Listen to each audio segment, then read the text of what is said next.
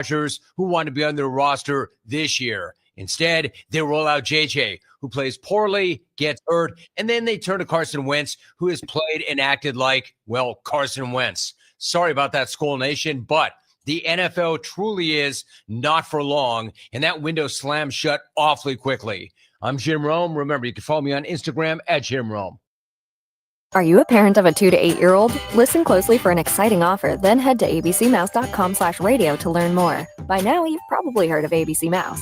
ABC Mouse is like a little one-on-one teacher. It has helped her so much. We're offering a promo at abcmouse.com/radio to try it for free for a month, then $14.99 per month until canceled. Go to abcmouse.com/radio to see this offer. That's abcmouse.com/radio. Actual ABC Mouse users compensate for their testimonials, sponsored by Age of Learning. Warning, the national debt is spiraling out of control. Trade wars are causing record volatility, and inflation could make a devastating comeback. Will you sit on the sidelines and wait, or will you take action today to help protect your hard-earned retirement savings? And what if you could do it tax and penalty-free? Find out more by requesting your free 2025 gold and silver kit from the top-rated precious metals company, Goldco. Plus, you could get an unlimited instant match on bonus silver if you qualify. Call 855-969-GOLD to learn more. That's 855-969-GOLD. Performance may vary. You should always consult your financial and tax professional.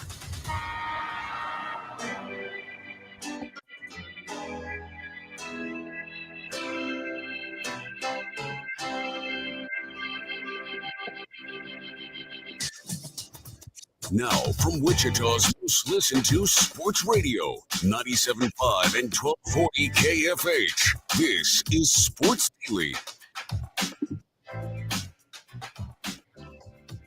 Well, hey there. Welcome in, everybody. It is Sports Daily. Happy Monday to you. We will react to it all. Jake Albrecht here alongside TJ Cleveland. Glad to be with you on this Monday. As it is the Sunflower Showdown in the books as we get ready for Monday Night Football and react to the rest of what we saw over the weekend. We're happy to do it with you. It's all what's on tap, brought to you by the Wichita Brewing Company, now featuring the Cooperstown Pizza with a sriracha cream cheese base, topped with chicken, bacon, mushrooms, mozzarella. The Cooperstown now available in a lunch or full size at Wichita Brewing Company Pizza and Beer made here. We're taking your calls at 869-1240. That is the KFH hotline. That is being manned by Max Power right now. So you can get in touch with us that way. You can also look for us on our video streams, which are available to you in a variety of ways via Facebook, via YouTube, via X. Thanks for watching us on 12 News Connected. Thanks for listening to us on the Odyssey app. Welcome in, everybody. TJ, good morning. How are you? Hello, it's a Monday. We're alive, though. We're making it through. We got football tonight, but we got football to talk about. But slept in on a Sunday. That alarm goes off on a Monday. Here we are. Yeah, it's time to get back to a work week. It does, I will say, like it does get you a little better through a Monday, knowing the Chiefs are playing tonight. I don't mind the occasional Monday Night Football for the teams that I follow. But it disrupts the routine a little bit. But it was a good Sunday of football yesterday to get us through for a little while, a good Sunday night football game last night. We'll get you all recapped on the NFL Sunday, all on the Sunflower Showdown. How was the weather at the Sunflower Showdown as K-State extends the streak? Rainy all game long, basically. We got there and it wasn't raining. And we're like, we might get lucky and get like a half in. And it was pouring before the kickoff. And then it just kept going. It was like pouring for the first quarter. And then it was just basically just a ugly drizzle the rest of the time. It was a K-State win over KU. The streak extends to 17 games now, 42-17, not particularly close. K-State dominates. K-State is starting to look more like the K-State that we thought we would see this year. KU is probably looking more like the KU, honestly, that we thought we'd see this year, or a lot of us. And we'll talk about that. Our old cohort, Tommy Castor, put out an idea for KU fans. It's getting a little run, so we can discuss that as well. A massive college football job opening occurring at LSU, one of the probably, top 10 jobs in the country, I'd say, where a guy like Brian Kelly, who's won a bunch of games there, isn't enough. And they're going to be looking for a new head coach, and he's probably going to be looking for a new job. But we'll discuss it all here this morning. We'll give away some HTO at some point here on the show, so stay tuned for your opportunity to win that. Man, it's a good weekend. Hope everybody had a good weekend. Maybe someday we'll see the sun again. TJ's getting what he wanted, and the rest of us are just like, man, it was kind of nice to have the sun. I hope you're happy, TJ. Hope you're happy. It was nice and chilly all weekend long. It was nice. I got to say. I got the hoodies out, sweatpants on, everything of that nature. Tonight, it's actually going to be football weather again up in Kansas City. So I'm not going to, sweat through a sport coat like I have every Chiefs game so far this year. That part's nice. Looks like we'll see the sun maybe by Thursday or so. Just taking a peek here at the Storm Team 12 app, thanks to KWCH 12 News Connected. Halloween looks okay. Halloween looks fine. That's all that matters. One more day of rain tomorrow, and then we clear up. Look, it's weird. We need the rain. We were in a drought for a long time, just not this year, but we're getting there. We're saving Sunflower Showdown for our next full segment, so we'll get into that real quick. NFL, TJ, I got to stop doubting these AFC teams. I got to tell you, Indianapolis. And look, I know Indianapolis is real strange, and we can spend more time on this later, maybe, if we have time. Indianapolis is smashing people right now, and Denver just keeps on winning. Which of them do you think is more of a threat when you're talking about the Chiefs? I mean, I'd probably say the Colts. It's hard. They beat Denver. But when you look at the schedule they've played, that's where I and they're beating people bad, man, and I get it. But they've beaten Miami, Tennessee twice, the Raiders, the Cardinals, and the Chargers before the Chargers got healthy last week. They beat Denver. That was a big win for them, and they lost to the Rams on the road. So it's interesting. They definitely benefiting from a good schedule. And look, their next two games are against Pittsburgh and Atlanta. They'll be favored in both of those games. They do have to go to Kansas City. They do have to go to Seattle, and they have to play San Francisco. But their schedule stays kind of soft. They're going to win a ton of games. They're going to win a ton of games. There's no question that they should probably be the 1 seed if they play the way that they're playing. Yeah, I don't think they got to go to Kansas City. I mean, they could end up with. I mean, do they have one loss right now? They have one loss right now. I mean, they could have 3 losses and be the 1 seed. Oh, for sure. Can they go the rest of the season with only 2 more losses? Probably. The early odds on the Pittsburgh game next week, it's a 3-point line. It's basically what it was for Green Bay. It's just like while I don't, it's just funny with them. Like it's because of Jonathan Taylor, and they just feel like they can control a game. But man, they gotta beat somebody really good for me to say, okay, and it's not. I'm not saying they're not good. They're obviously good. It's just like, are they really the best team in the AFC? I don't know. I don't think I would. And that's a quarterback issue for me. But I would right now, if they walked into a playoff game right now, and they played the Chiefs, I'd take the Chiefs. If they played the Bills in a playoff game, I'd probably taken the Bills. If they play, and the Bills are flawed. If the Ravens get Lamar Jackson healthy and back, and they played the Ravens, I'm taking the Ravens. So for me, I'm not putting them better than the 4th team in the AFC. No, if Lamar gets back and healthy, I think that they're like. I would go as high as to put them as like 2B. Like I think that they could beat the Bills, but they can't beat the Bills in Orchard Park. Like they could maybe beat the Bills at home, but they're not going to beat the Chiefs. Well, look, the Bills. I think they can beat. The Bills are very beatable right now. I agree. But you got to beat Josh Allen in the playoffs. Yeah, that's what I'm saying. You know what I mean? If you took him on the road, then potentially just because all the flaws that they do have, I think they're better than the Ravens, even with Lamar Jackson back, just because everything else that's going on with the Ravens this year. I mean, they look good yesterday without Lamar Jackson. That's true. So Huntley. Yep. He's doing better than Cooper Rush. But we'll get into that a little bit. Of course, we're going to preview Monday Night Football big time. Speaking of Monday Night Football, You'll have two different ways to hear it with us here tonight. You'll have coverage on the Chiefs Radio Network that begins at 6 o'clock over on KNSS. Joshua Brisco of the Chiefs Radio Network joins us in the next hour to help preview the game. You can also listen to the national broadcast, the Westwood One coverage right here on KFH. That pregame coverage also beginning at 6 o'clock. So a couple different ways you'll be able to hear the Chiefs game. We'll talk plenty of Chiefs today, but when we come back, Sunflower Showdown talk. Bigger picture stuff. Is there any there? 42-17, not particularly close. The Wildcats extend the streak. We'll have all the discussion, your calls, comments, all welcome here on Sports Daily. We'll be right back.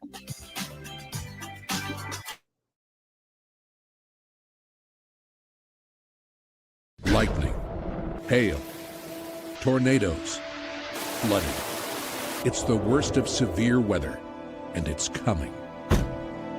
Spring brings warmer temperatures, but also dangerous weather conditions. Stay up to date day or night with the Storm Team 12 weather app. You'll get accurate forecasts so you can plan ahead and stay safe, no matter the weather.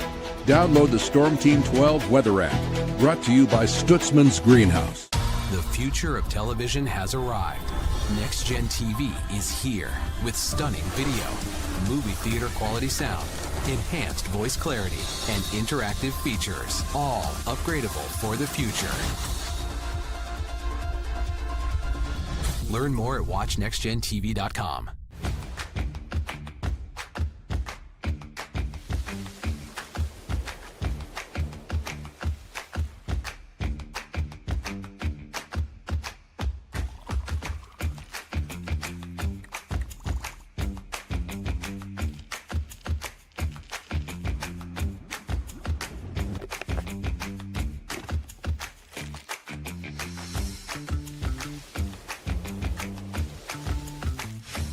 Canvas of our imagination. They tell a story. Clouds affect the events of your day.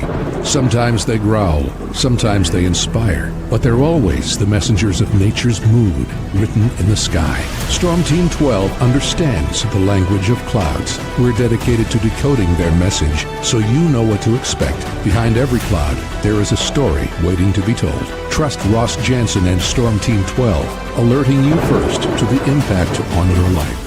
We are following a breaking update. Every day, all day, stream the stories that have you talking near and far. Whoever is behind the wheel of this bus is not stopping. From hundreds of local reporters and meteorologists spanning the country. Chaos here this morning at the UW campus. Search LNL for the all-new Local News Live streaming app.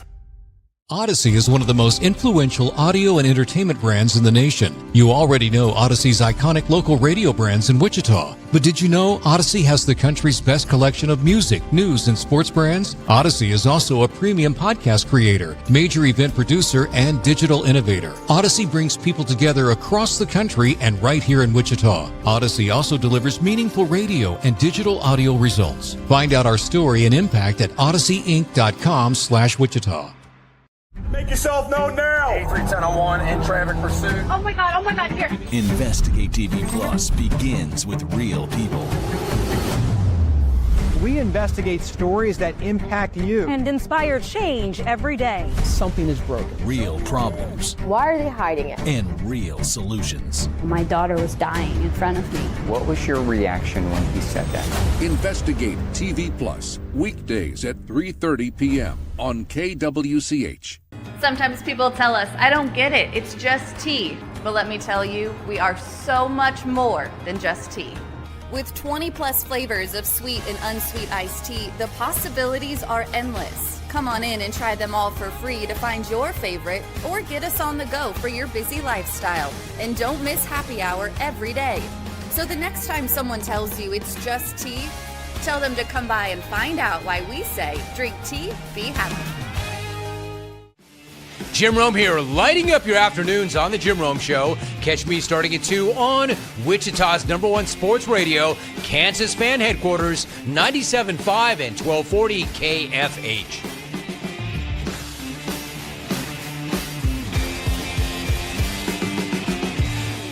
Mornings are busy. We're here to make your mornings better. We report the stories that affect you. 3 more hospitalized from contaminated apple juice just a day after the FDA issued a recall. We're here to make your mornings better. Closing east and westbound lanes of K96 for repairs. With 12 News, you're prepared for your whole day. Scattered thunderstorms across the state into the afternoon. Stay a step ahead with 12 News this morning on KWCH and KSCW.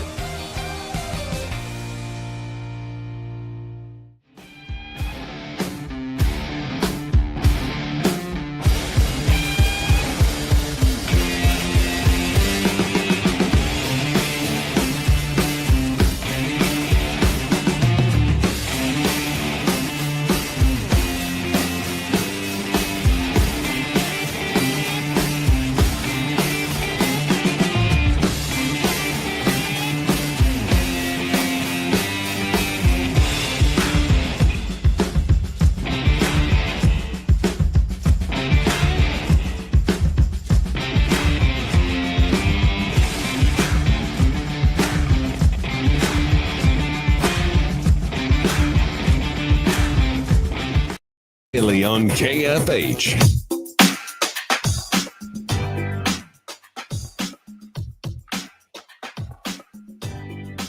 Right, welcome back in, everybody. It is Sports Daily. Glad to be here with you. Jake Ballbrock, TJ Cleveland on a Monday. Can't count on much. You can always count on Sundays with the NFL on CBS and Paramount Plus. Watch your local NFL game all season long, kicking off in the juicy Week 9 matchup, Chiefs and Bills. Visit ParamountPlus.com/NFL to get started today. Of course, we got to get through Chiefs Commanders tonight before we can get Chiefs and Bills next week.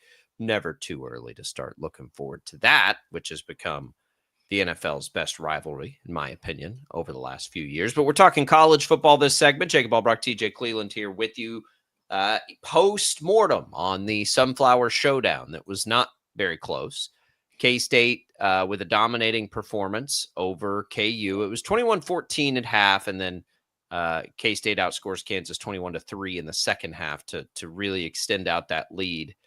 Lots of things stand out. I thought there was a time during that game where Avery Johnson looked as good as a passer as we've seen. They never really ran the ball effectively, but they didn't give up on it, and they just continued to pound away. But TJ, that's easily the best performance by their defense, I think, of this season, at least the most impressive. And K-State has started to find a groove here, even without Dylan Edwards, who we're still sort of up in the air on. But that's a big win in a game they were underdogs coming into it. So as we'll take some bigger picture looks at this, for me, this is a bigger statement about Kansas State than it is about Kansas.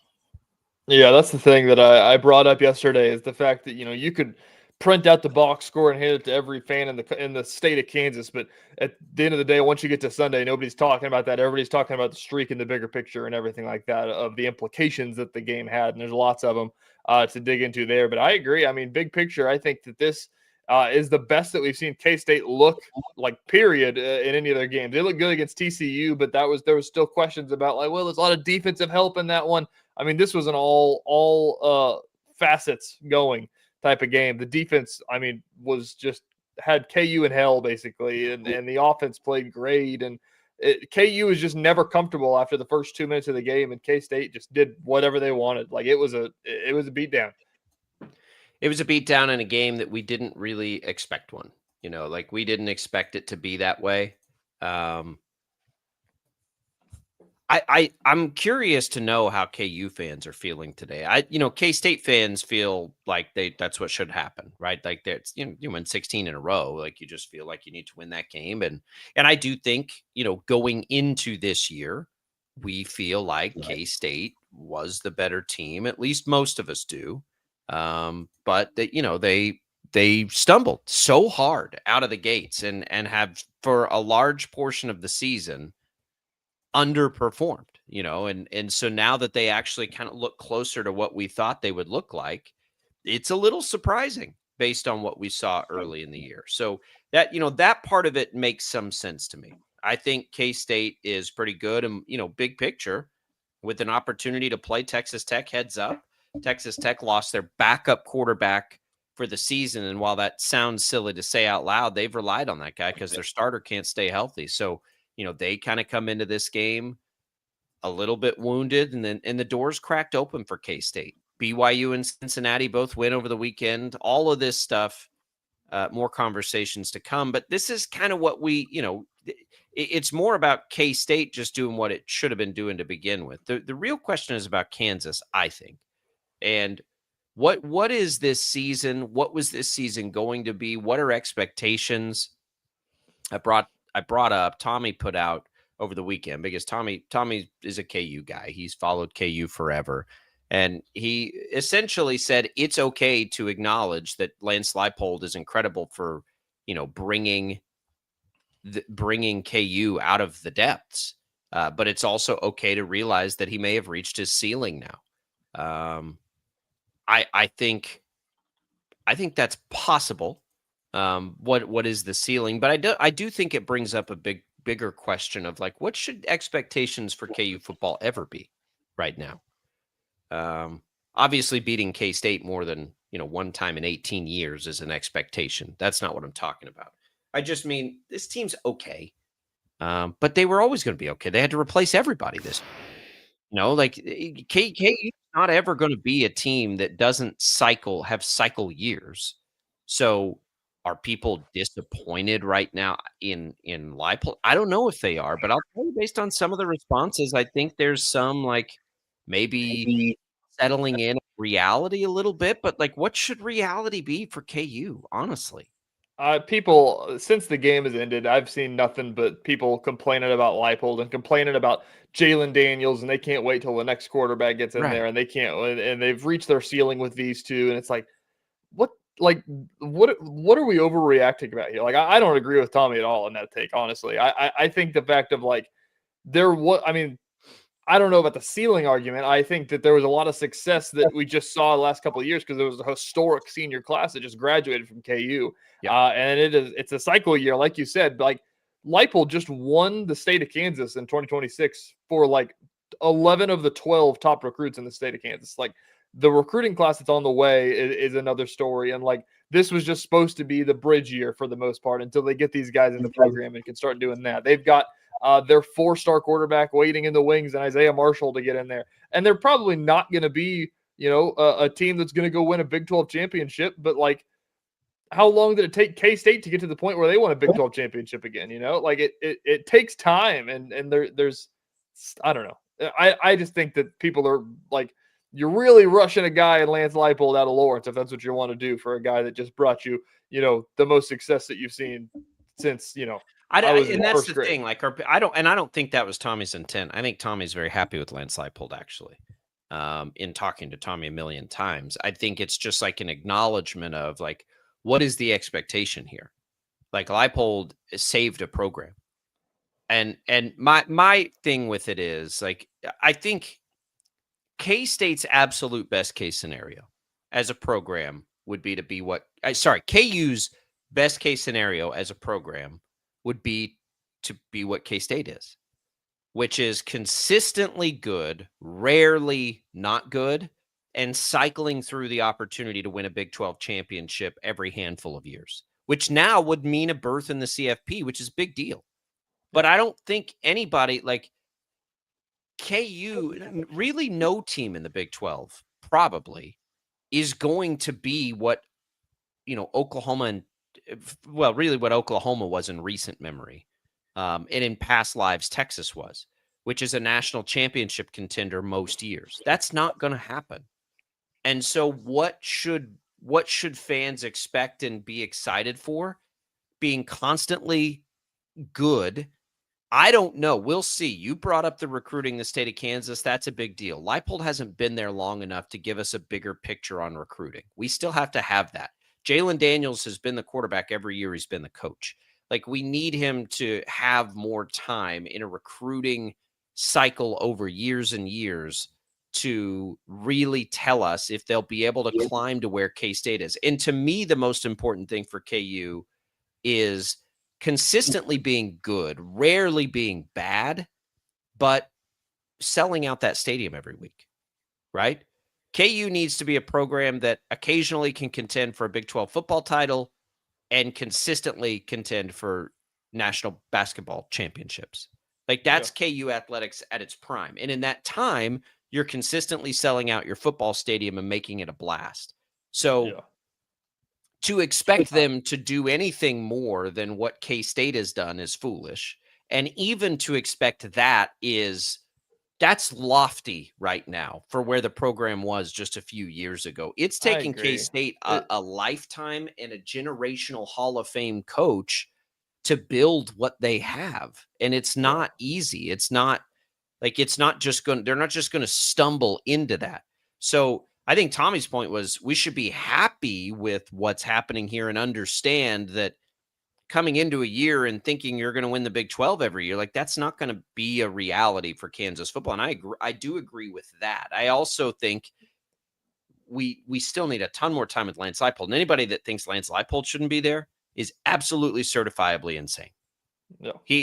You're so fortunate to have found a guy who's a program builder who has not been enticed away when he's had every opportunity to be, and who's stuck around there, and who your administration has backed financially and through facilities and through a stadium and all of these things.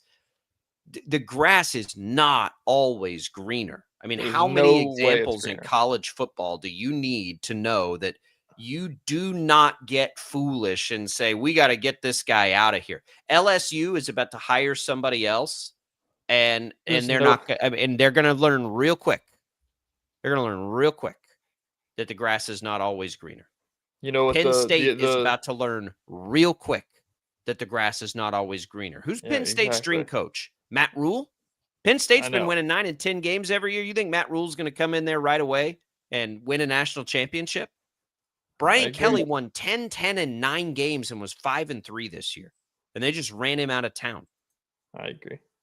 It's crazy. It's ridiculous, the expectations that college coaches set. Like I brought it up a couple weeks ago, the old Family Guy skit. I was like, man, this could be anything. It could. It's like whatever it is. It's like I sold my boat to get this magic box. It could be anything. It could even be a boat. We got rid of James Franklin to get a new coach. He could be anybody. He could even be as good as James Franklin.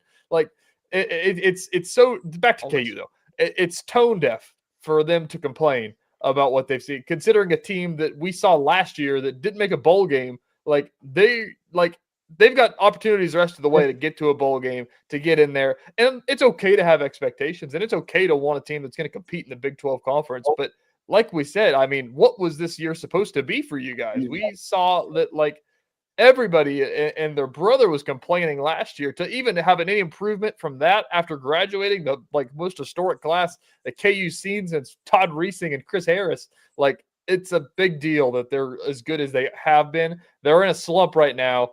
They've got to get out of it. They've looked okay.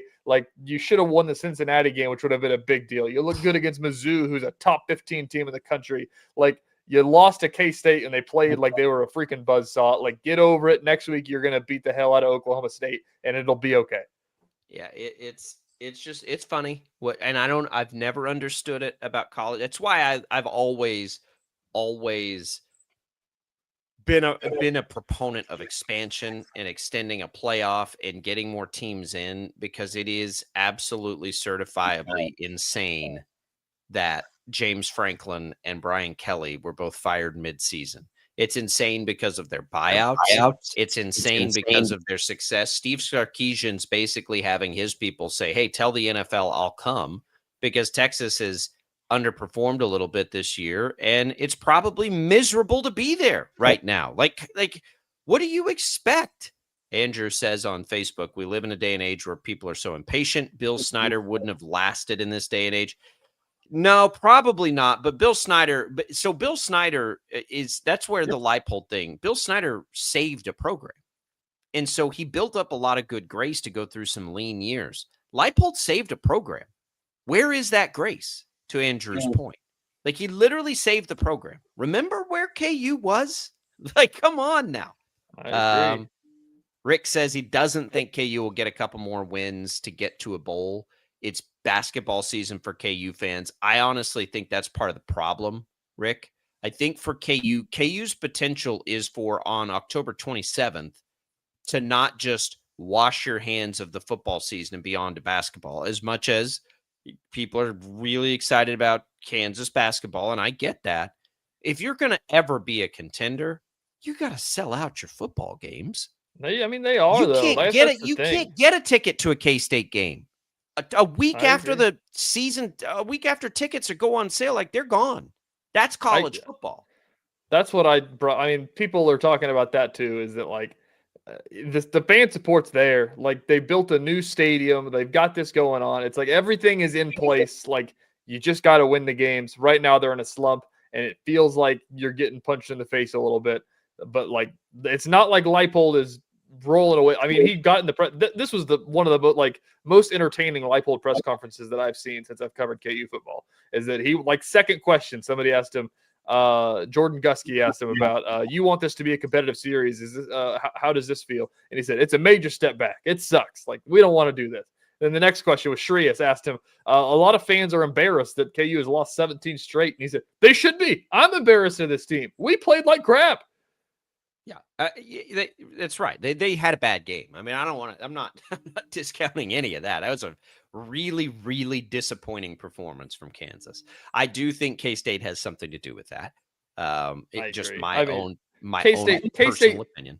K-State would beat everybody in the Big 12 if they played the play they played last week. It didn't matter that it was KU. They're about to get a chance. They're about to get a chance to be home underdogs to Texas Tech by a touchdown and prove it. They are not as good as we thought they'd be, but that was at least closer to the version we thought they'd be. Kansas, I think, has overperformed for much of this season from what I thought they'd be, and that was probably closer to what Kansas is. They had to replace everybody except Jalen Daniels, who's played really well this year. Could you imagine where this team would be without Jalen Daniels? He's played well. He did not play well on Saturday, though. No, he didn't, but he's had a good year. And like to be ready for the next thing there is okay. Like I'm okay with that, but that's not been their problem this year. They just need to reload. They have to be allowed to reload. Like they have to be allowed to rebuild after they just lost a class that they lost like that. Or fans will never not be disappointed. And does that mean you're going to have to scratch and claw and be okay with a 6-win season if they can get there? Sure it does. But again, 5 years ago, ask a KU fan if they'd take 4-4 through 8 games. You know what I mean? This is the other part too that I talked to the players about after the game of listen, you guys have lost 3 of your last 4. You have 4 losses on the season, but your 4 losses have come to number 13 in the country, number 19 in the country, number Cincinnati Fallout. Where's Cincinnati at? Are they still in? Cincinnati, number 17 in the country. Yes. Number 17, number 13, and number 19 in the country are 3 of your 4 losses, and your other loss is to a K-State team that played like world beaters. Like they're fine. Like they're not going to be that bad. Like there's no reason they shouldn't beat Oklahoma State like a drum this next week. They could probably go on the road and beat Arizona, I think. And if not, I mean, Utah, I think, will still be a competitive game that final year. Iowa State on the road will be tough, but they've faltered too. Like, if this team doesn't make a bowl, like it'll be a major disappointment. Like this team doesn't. I call it a disappointment. I don't think I'd call it a major disappointment, but it's not. Again, like, what are we doing here with the expectation on the season? Like it's. I don't know. I think they got off to a little bit of a hot start and people sort of recalibrated unfairly.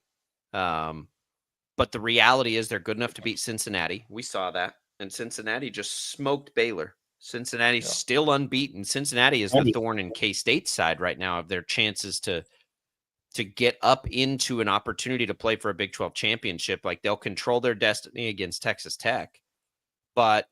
And it's not the worst thing in the world that BYU beat Iowa State because that eliminates that tiebreaker, right, for K-State. But they need Cincinnati to lose a game. That'd be handy for K-State, and Cincinnati just keeps on winning. Cincinnati has to go to Utah this weekend. Then they host Arizona. The good news for everybody is that Cincinnati and BYU play each other. If you're a K-State fan, I think at this point, you're going to need some help, but the door is open. Let's talk about that when we return.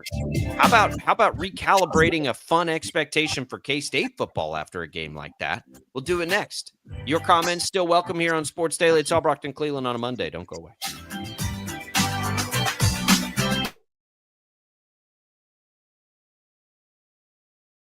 lightning, hail, tornadoes, flooding.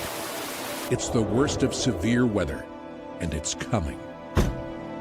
Spring brings warmer temperatures, but also dangerous weather conditions. Stay up to date day or night with the Storm Team 12 weather app. You'll get accurate forecasts, so you can plan ahead and stay safe, no matter the weather. Download the Storm Team 12 weather app, brought to you by Stutzman's Greenhouse. The future of television has arrived. Next Gen TV is here with stunning video, movie theater quality sound, enhanced voice clarity, and interactive features, all upgradable for the future. Learn more at watchnextgentv.com.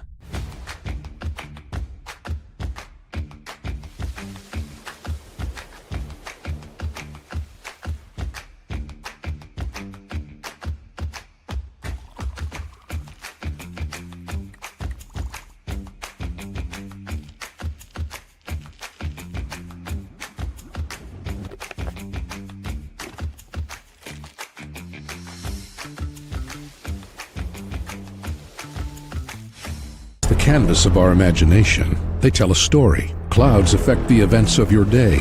Sometimes they growl, sometimes they inspire, but they're always the messengers of nature's mood, written in the sky. Storm Team 12 understands the language of clouds. We're dedicated to decoding their message, so you know what to expect. Behind every cloud, there is a story waiting to be told. Trust Ross Jansen and Storm Team 12, alerting you first to the impact on your life.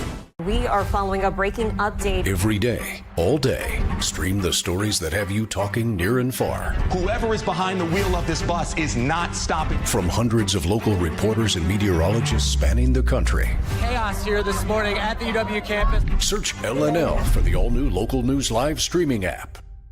Odyssey is one of the most influential audio and entertainment brands in the nation. You already know Odyssey's iconic local radio brands in Wichita. But did you know Odyssey has the country's best collection of music, news, and sports brands? Odyssey is also a premium podcast creator, major event producer, and digital innovator. Odyssey brings people together across the country and right here in Wichita. Odyssey also delivers meaningful radio and digital audio results. Find out our story and impact at odysseyinc.com/Wichita. Make yourself known now. 83-1001 in traffic pursuit. Oh my God, here. Investigate TV Plus begins with real people.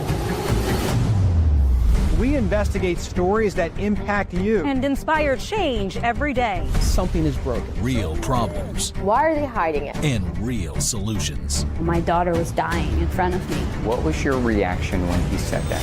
Investigate TV Plus, weekdays at 3:30 p.m. on KWCH. Sometimes people tell us, I don't get it, it's just tea. But let me tell you, we are so much more than just tea. With 20 plus flavors of sweet and unsweet iced tea, the possibilities are endless. Come on in and try them all for free to find your favorite or get us on the go for your busy lifestyle. And don't miss happy hour every day. So the next time someone tells you it's just tea, tell them to come by and find out why we say, drink tea, be happy. Jim Rome here, lighting up your afternoons on The Jim Rome Show. Catch me starting at 2 on Wichita's #1 sports radio, Kansas fan headquarters, 97.5 and 1240 KFH.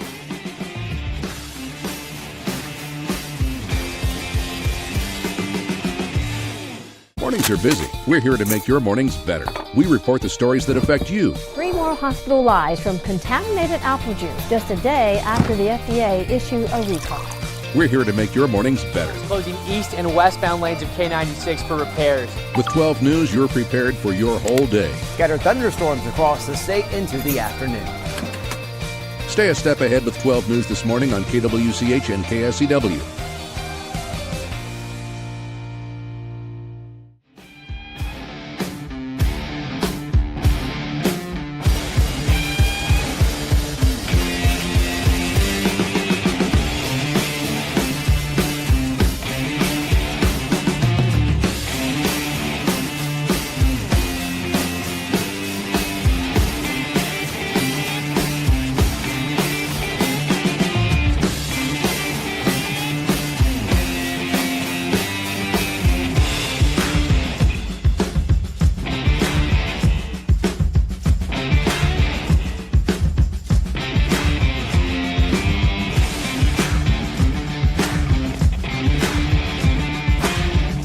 All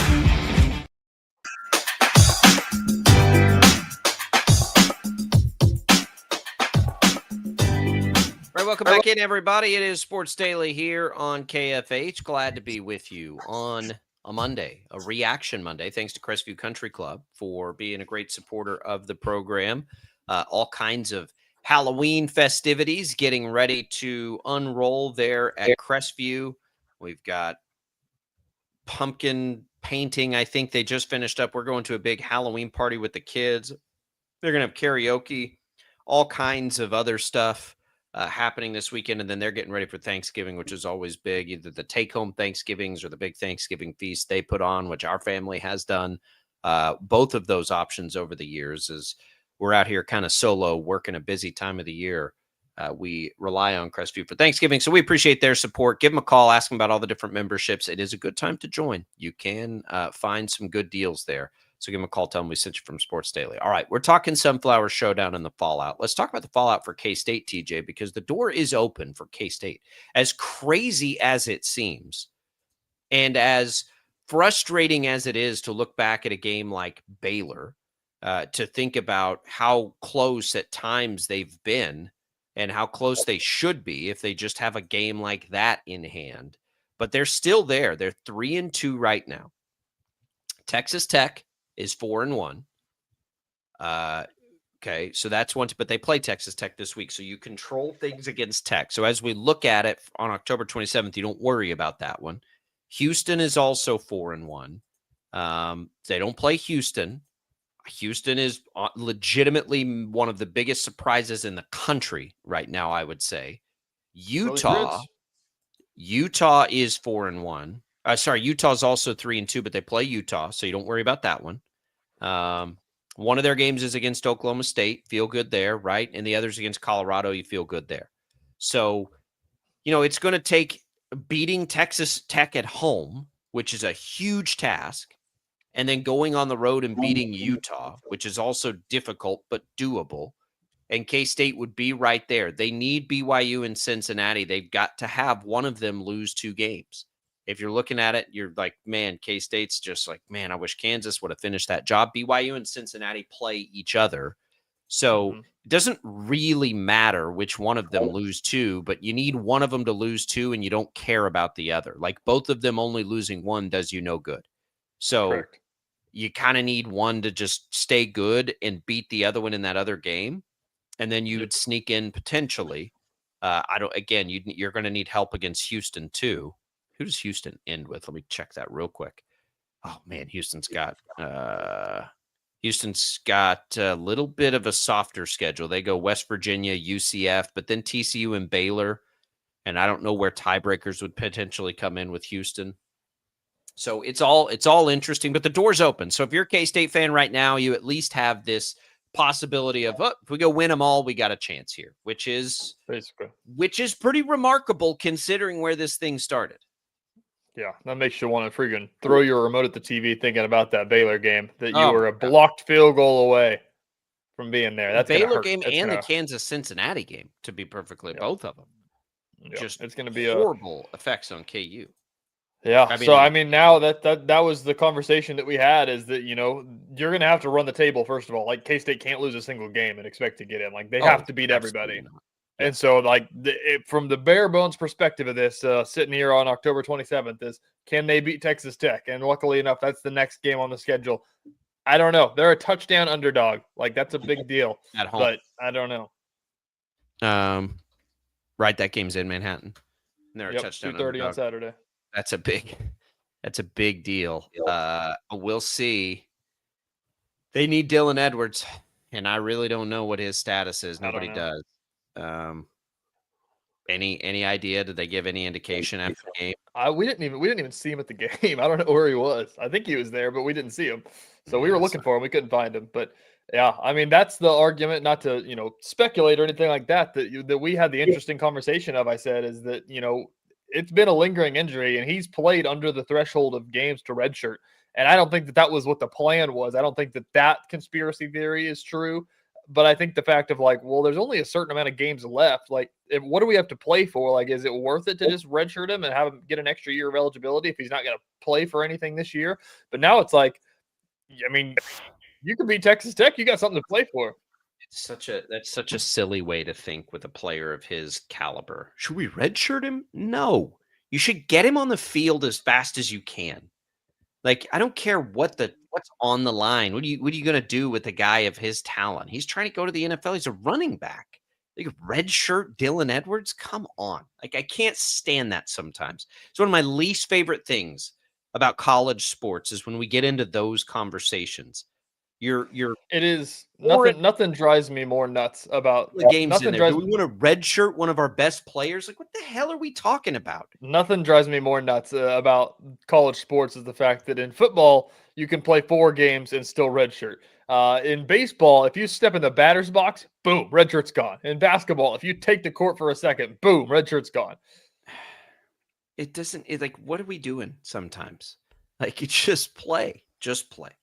Hopefully he can come back because they need him. Texas Tech, again, lost their backup quarterback, which is meaningful because they've relied on him so much. Their starter, who is much better, hasn't been able to stay healthy. Texas Tech's really good. What's that? Morton? Yeah, Morton is the starter. Morton's expected to be back from his injury this week and should be there. They lost their backup quarterback who'd been starting the games. Yes. He's out for the year now. I think it was ACL. So, and in their loss, he wasn't very good. But he's been okay. And I just, my inside sources, which are my, nieces and nephews that are there. It's like, who's now the backup? And it's I guess like a 5th-year senior out of Wake Forest who has played college football games or something. If Morton is there and healthy and good, like they're a significantly better team. Yeah, so K-State's just going to have to Avery Johnson's going to have to replicate. And Avery Johnson's line was interesting. I went back and looked because as I'm watching it, I'm like, this is as good as I've ever seen Avery look. Like as a thrower, he looks outstanding. And then so after in the aftermath, I go and look and I'm like, man, he was only 11 of 17. He only completed 11 passes in that game. That doesn't even seem real when watching but it. Every time they needed to make a big play, it was a dime. I bet that he had 11 completions, and I bet that like 9 of them were for 25 plus. That's how and for first downs and key critical spots in the game. Yeah, that's what Leipold said after the game is that somebody asked him about, did he surprise you as a passer? And he's like, well, we knew that he could throw it. And so like we told the guys that. And so we knew that they had deep threats like the 75-yard touchdown, but that was the only one they really had. He's like, he likes to check it down. He likes to throw it deep, but he beat us today because, he threw, whole bunch of completions that were intermediate, 20-yard, 30-yard pickups. So he played really well. That was one of the best that I think we've seen Avery play, and it's just obviously we've seen him put up a 400-yard game and stuff like that, but just from the fact of just no mistakes and taking over a game and just letting him do whatever he wants to do. And he didn't even run it a ton, and he still looked that good. Non-factor in the run game. Like not even a big deal. Just beat him through the air. I mean, that was an interesting game. They'll have to. I don't know what's going to take to beat Tech. I really don't. I don't know. The defense has to play the way that it played against KU. Yeah, that it has to start there. And Texas Tech is better offensively than Kansas. It's tough. That's the reason that they did so well is because they just brought pressure the entire game. Like they blitzed just about every single time. It felt like Jalen Daniels was running for his life. The hard part with Tech is that they've got so many dudes that can just whip it out, and then if you bring pressure, they're going to bust off a 70-yard touchdown. And they are so good defensively, and their defensive line is so good. It'll be a tough task. I mean, look, they're 7-point underdogs for a reason. But what's awesome is that we're even in this situation with them there, right? Like they're there. They're back in this thing, thankfully, at the end of October, and we can hopefully stretch it out just a little bit longer to those expectations we had at the beginning of the season. And we'll see. Boy, it is almost college basketball season. So funny, KU fans. Like the conversations are starting in the groups of people that I know that are KU people about Darren. It didn't help that the day after Darren Peterson scored 24 points and a half that they lost to K-State, and it's like, boy, did you see Peterson on Friday? Yeah, Peterson's looking pretty good. I mean, that's what it is, though. Like we have these conversations. Is KU a basketball school or a football school? And I always laugh. I'm like, is that a real conversation? Like, I know what I would be if I was a KU person. Like, football's a sideshow to basketball. It's all gravy with the football program. Like now, but when I first moved here, it was funny. They were in the worst of it, and KU, of course, is really good. And we had KU. You didn't know any of them; they're all gone now. But around the office, that were KU people. And I'm like, all right, let me get the real answer here. Would you guys is right in the middle of the Big 12 streak for KU basketball? So could you trade that streak for, let's call it, a bowl game or a Big 12 championship game or whatever? And they're like, absolutely. Like they wanted football so bad, even in the middle of it. And now with a little taste of football, it's almost like, well, that was fun. If we're not going to win Big 12 championships, we'll call it disappointing seasons. And that's where that conversation we started with kind of gets me. I'm like, what are we doing here? Like, what is the expectation? What should the expectation be? And I really do think, this, like, if you're shooting for a ceiling for KU football, shoot for what K-State has. And if you did just win a recruiting class, and maybe you can get there. And if that not means there, like you can get there eventually, but you're not there. Like you can't expect No, you're not there. You had an incredible class with a really good coach the last couple of years, and he got a lot out of those teams. Despite some major injuries, right, to quarterback. He got a lot out of those teams. And so now you got to give them a chance to like build this thing up a little bit. And they probably are. But it's going to be a couple of years, not of one win, right? You can't have the Oklahoma State year here that's happening, but you got to be allowed to have 5 and 6 win seasons every once in a while to build it back up. I'm not giving up. They're making a bowl game and winning a bowl game. Like this team is not bad. I think they make a bowl game. I think they're much better than they played on Saturday. Yes, they're in a slump. Like they've run into buzzsaws. Like just unfortunate scheduling what it turned out to be. Yeah, I agree with that. But it's going to be tough. Like it ain't going to be easy to get to a bowl game. Their schedule ended up. They're going to have to play being well. Hard. They're going to have to play well. But I do. Jalen. Like it's going to take Jalen playing really well, which he's done, except for this K-State game. And I think that there's just a lot that goes into that probably, and everything like that. So I think that they're fine. Like I don't think that like. The Monday morning water cooler talk around the state of Kansas is going to be, God, those Jayhawks suck, don't they? And it's like, no, they don't. They're a good football team. They can't run the ball. They just can't run the ball. And they miss Devin Neal more than oxygen to breathe. Like they miss him so badly. And we took that for granted because Highshaw had been there a long time. And you're like, oh, Highshaw will be fine, right? He'll be good. Maybe it's a product of losing Deuce Vaughn and replacing with DJ Giddens like K-State did. You're like, oh, the next man up, they'll be fine. Devin Neal was incredible, and they're missing it big time. Anyway, all right, we'll start to talk some NFL. We'll get you ready for Chiefs Monday Night Football in the next hour.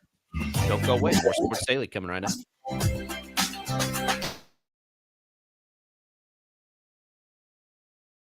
Lightning, hail, tornadoes, flooding. It's the worst of severe weather, and it's coming. Spring brings warmer temperatures, but also dangerous weather conditions. Stay up to date day or night with the Storm Team 12 weather app. You'll get accurate forecasts, so you can plan ahead and stay safe, no matter the weather. Download the Storm Team 12 weather app, brought to you by Stutzman's Greenhouse. The future of television has arrived. Next Gen TV is here with stunning video, movie theater quality sound, enhanced voice clarity, and interactive features, all upgradable for the future. Learn more at watchnextgentv.com.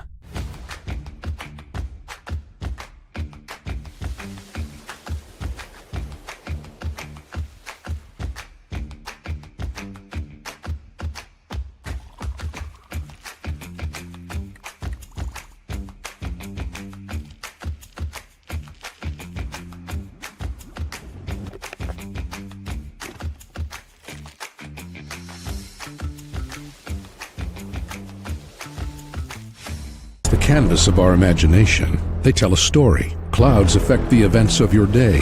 Sometimes they growl, sometimes they inspire, but they're always the messengers of nature's mood, written in the sky. Storm Team 12 understands the language of clouds. We're dedicated to decoding their message so you know what to expect. Behind every cloud, there is a story waiting to be told. Trust Ross Jansen and Storm Team 12, alerting you first to the impact on your life.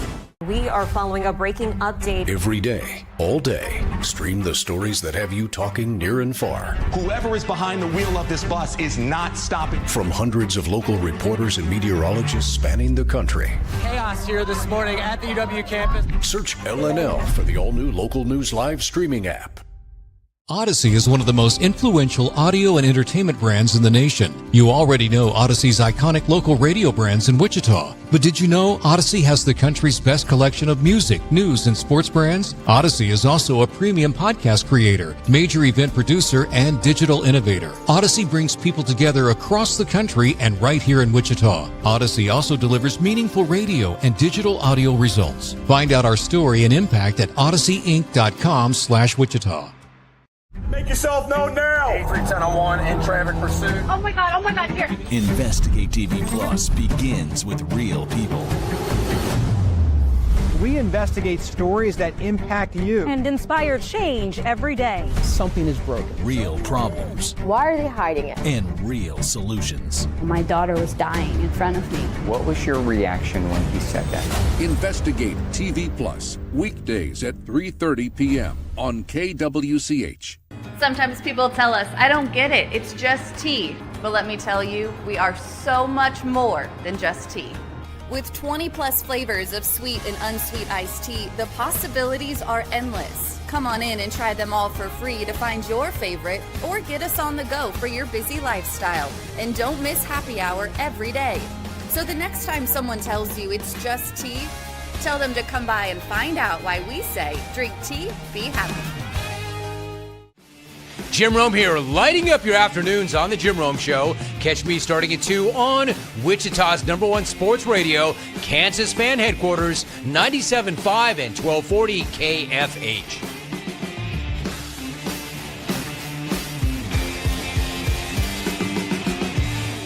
Mornings are busy. We're here to make your mornings better. We report the stories that affect you. 3 more hospital lies from contaminated apple juice just a day after the FDA issued a recall. We're here to make your mornings better. Closing east and westbound lanes of K96 for repairs. With 12 News, you're prepared for your whole day. Scattered thunderstorms across the state into the afternoon. Stay a step ahead with 12 News this morning on KWCH and KSCW.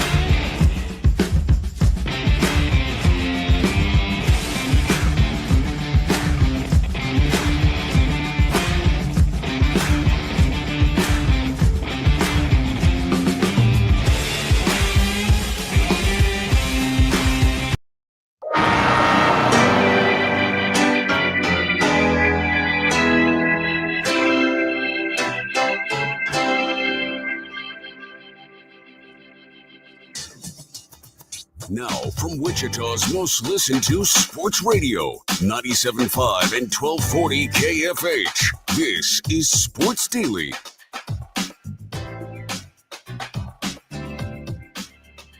All right, welcome back, everybody, to another hour of Sports Daily. Jacob Albrock, TJ Cleveland here with you. Max Power producing. He's got your KFH hotline at 869-1240.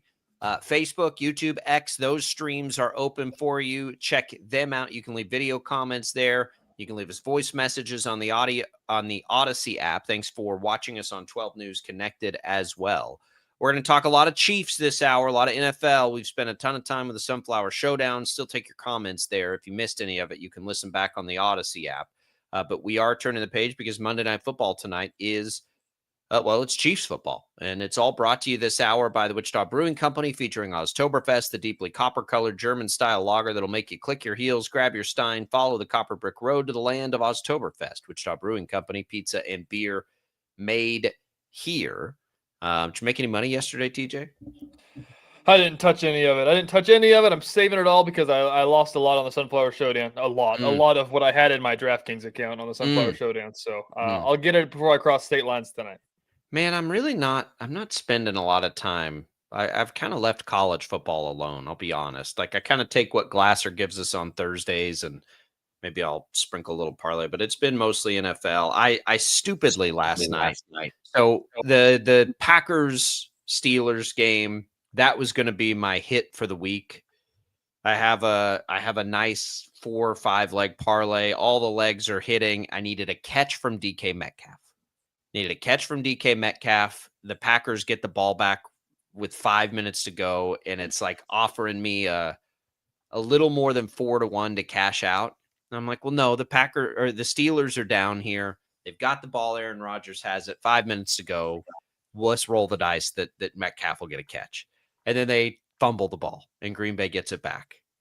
And that payout goes to like 3.5-1. And I was like, I'm taking it. The Packers are going to run this clock out. They're going to score a touchdown. And they're going to pull old man Rodgers off the field. Well, they get it back. He did get the catch. So I'm a little bitter about that this morning. I didn't let that ride because I usually let everything ride. That sticks in my craw. But we got to get it back tonight. And TJ, first touchdown, primetime game, tight ends and quarterbacks. Tight ends and quarterbacks. Put it on the record. Who are you picking tonight? Mahomes. I'll take Mahomes tonight for a touchdown. First touchdown. I want you to go back and look. I know. I mean, it is wild how it has come through this year. Who would the other side be? Zach Ertz? Zach Ertz is the other option that I would take. I mean, Mariota's really interesting. How about Ben Sinnott, K-State alum? Yeah, but the problem with that is you would be betting that the Commanders score first. I actually wouldn't mind a Sinnott touchdown, but you're betting that the Commanders score first. I don't think Sinnott doesn't have a touchdown in his NFL career so far. But he plays enough that he could get into a red zone package, like because of the odds you would get on it. Yeah, they've been fun because like some of the sites do, like they usually will make a special out of a first touchdown in the primetime games. Like maybe you get half your money back. So those, like, it makes me bet a little bigger. But yeah, I'll take Mahomes tonight. And I don't even know what his odds are yet. I haven't looked, but I'm guessing that that's going to be my play. I've already cashed one on Kelsey. The last time the Chiefs played in primetime, it was a Kelsey first touchdown. But I'm going to take my chances with Mahomes out on rushing touchdown tonight. Put it on the record. All the listeners go do it. We'll celebrate together on a Tuesday. Or it's on the record. Let me just get an idea here while we're discussing it of what those odds are. Real quick, they are. Boop, boop, boop, boop, boop, boop, boop, boop, boop. This is my hold music. Boop, boop, boop, boop. All right, we got it. It is 15-1. I'll take 15-1. I'll take 15-1 on a Mahomes touchdown. Okay. All right. Austin says he's going to go nuts and take a Juju first touchdown at 25-1. I like it. I like any of them. First touchdown bets are fun, man. But they are thrilling up until the moment it happens. If you don't get it and you're like, well, that sucks. Yeah. All right. We'll get to Brisco in the next segment. The real sweat maker is the NBA first basket prop. Yeah. Chaos. I got to be honest. I don't bet much basketball. Like, I don't either, but whatever I did, that was fun. Once in a while, I'll try baseball. Every once in a while, I might try college basketball because I do feel like there's some opportunities there sometimes if you're paying attention. Yep. But for me, it's mostly football. I mean, it's one of my favorite betting experiences ever is whenever we were in New York covering K-State to the Elite Eight, and we got tickets to a Cavs-Nets game, and I sat in the stands and bet next baskets for the entire game, just like Jared Allen next bucket 2-pointer. I've got a buddy. when betting first came alive, and of course we're all just like being insane with it. He would sit there and bet live field goals on drive outcomes because they pay a lot. And there were times where he would make good money betting live field goals on drives. And I'm just like, what are we doing right now? That's all died down. Like now, generally speaking, like I have the way that I do things on getting it ready on a Sunday, but it's much more tame now. But it's been these first touchdowns that have bankrolled me this year. And hopefully we can get another one tonight. That's what we're going with. Mahomes, 15-1. That's the bet tonight for me. There it is. The game tonight, I'm having a hard time, to be perfectly honest, finding a path for any Redskins.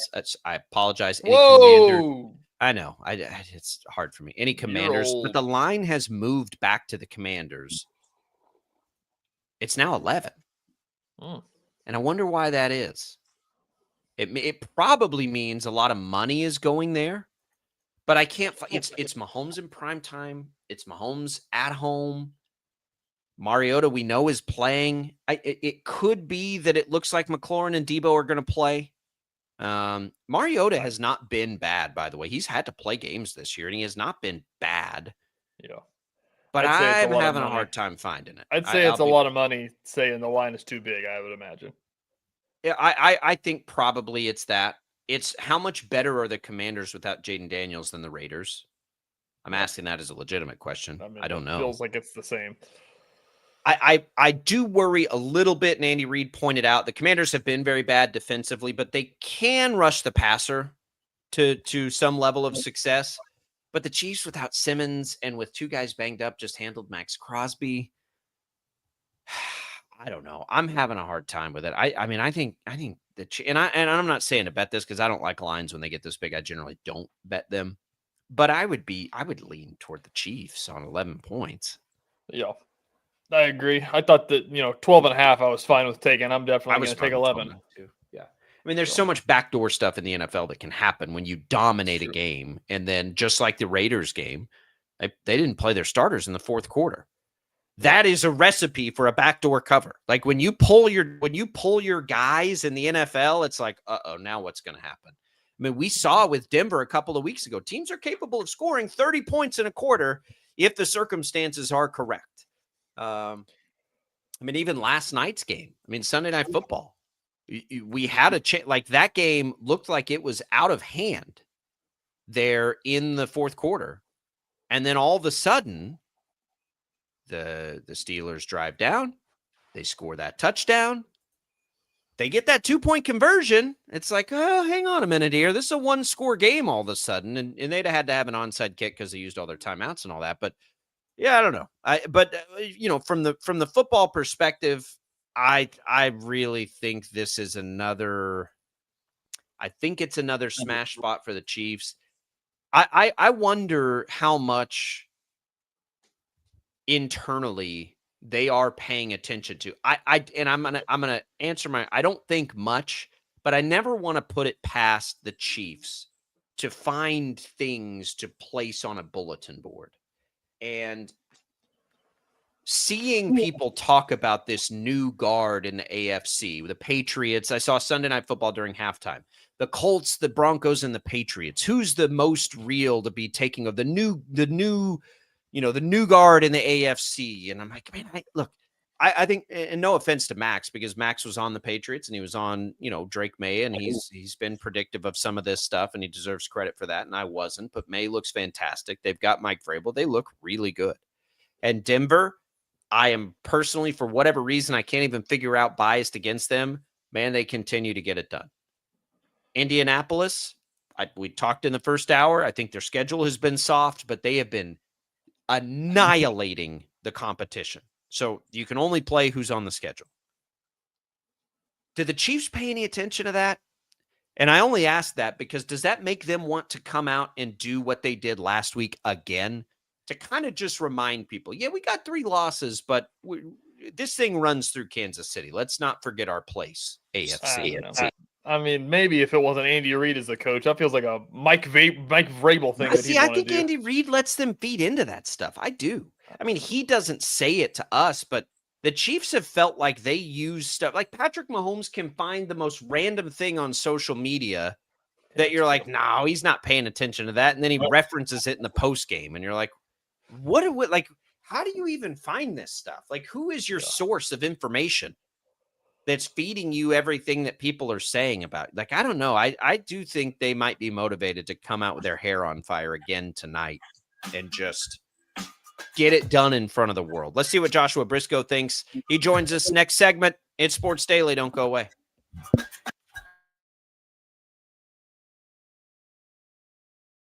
Lightning, hail, tornadoes, flooding. It's the worst of severe weather, and it's coming. Spring brings warmer temperatures, but also dangerous weather conditions. Stay up to date day or night with the Storm Team 12 weather app.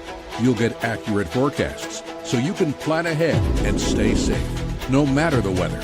Download the Storm Team 12 weather app, brought to you by Stutzman's Greenhouse. The future of television has arrived. Next Gen TV is here with stunning video, movie theater quality sound, enhanced voice clarity, and interactive features, all upgradable for the future. Learn more at watchnextgentv.com.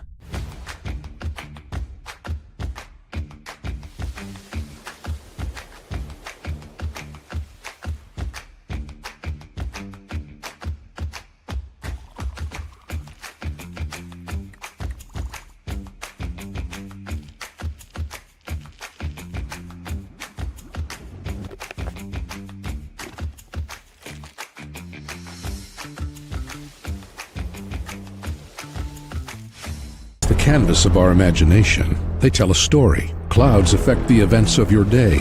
Sometimes they growl, sometimes they inspire, but they're always the messengers of nature's mood, written in the sky. Storm Team 12 understands the language of clouds. We're dedicated to decoding their message, so you know what to expect. Behind every cloud, there is a story waiting to be told. Trust Ross Jansen and Storm Team 12, alerting you first to the impact on your life. We are following a breaking update. Every day, all day, stream the stories that have you talking near and far. Whoever is behind the wheel of this bus is not stopping. From hundreds of local reporters and meteorologists spanning the country. Chaos here this morning at the UW campus. Search LNL for the all-new Local News Live streaming app. Odyssey is one of the most influential audio and entertainment brands in the nation. You already know Odyssey's iconic local radio brands in Wichita. But did you know Odyssey has the country's best collection of music, news, and sports brands? Odyssey is also a premium podcast creator, major event producer, and digital innovator. Odyssey brings people together across the country and right here in Wichita. Odyssey also delivers meaningful radio and digital audio results. Find out our story and impact at odysseyinc.com/Wichita. Make yourself known now. 310-01 in traffic pursuit. Oh my God, here. Investigate TV Plus begins with real people. We investigate stories that impact you. And inspire change every day. Something is broken. Real problems. Why are they hiding it? And real solutions. My daughter was dying in front of me. What was your reaction when he said that? Investigate TV Plus, weekdays at 3:30 p.m. on KWCH. Sometimes people tell us, I don't get it, it's just tea. But let me tell you, we are so much more than just tea. With 20 plus flavors of sweet and unsweet iced tea, the possibilities are endless. Come on in and try them all for free to find your favorite or get us on the go for your busy lifestyle. And don't miss happy hour every day. So the next time someone tells you it's just tea, tell them to come by and find out why we say, drink tea, be happy. Jim Rome here, lighting up your afternoons on The Jim Rome Show. Catch me starting at 2 on Wichita's #1 sports radio, Kansas fan headquarters, 97.5 and 1240 KFH.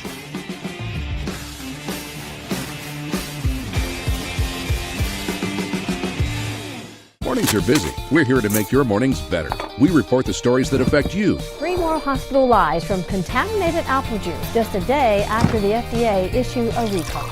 We're here to make your mornings better. Closing east and westbound lanes of K96 for repairs. With 12 News, you're prepared for your whole day. Scattered thunderstorms across the state into the afternoon. Stay a step ahead with 12 News this morning on KWCH and KSCW.